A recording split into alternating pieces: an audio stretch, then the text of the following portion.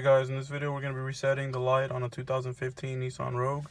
First you want to just press your start button to get to this view, and then you're going to press this button to toggle through your menu until you get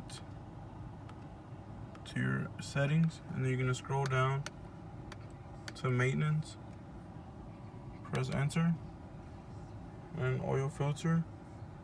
You're gonna go ahead and press enter, reset, and then you're gonna go to yes. And you're gonna go back. We went ahead and did a rotate on this one, so also reset. Okay. And there you go guys, that's it.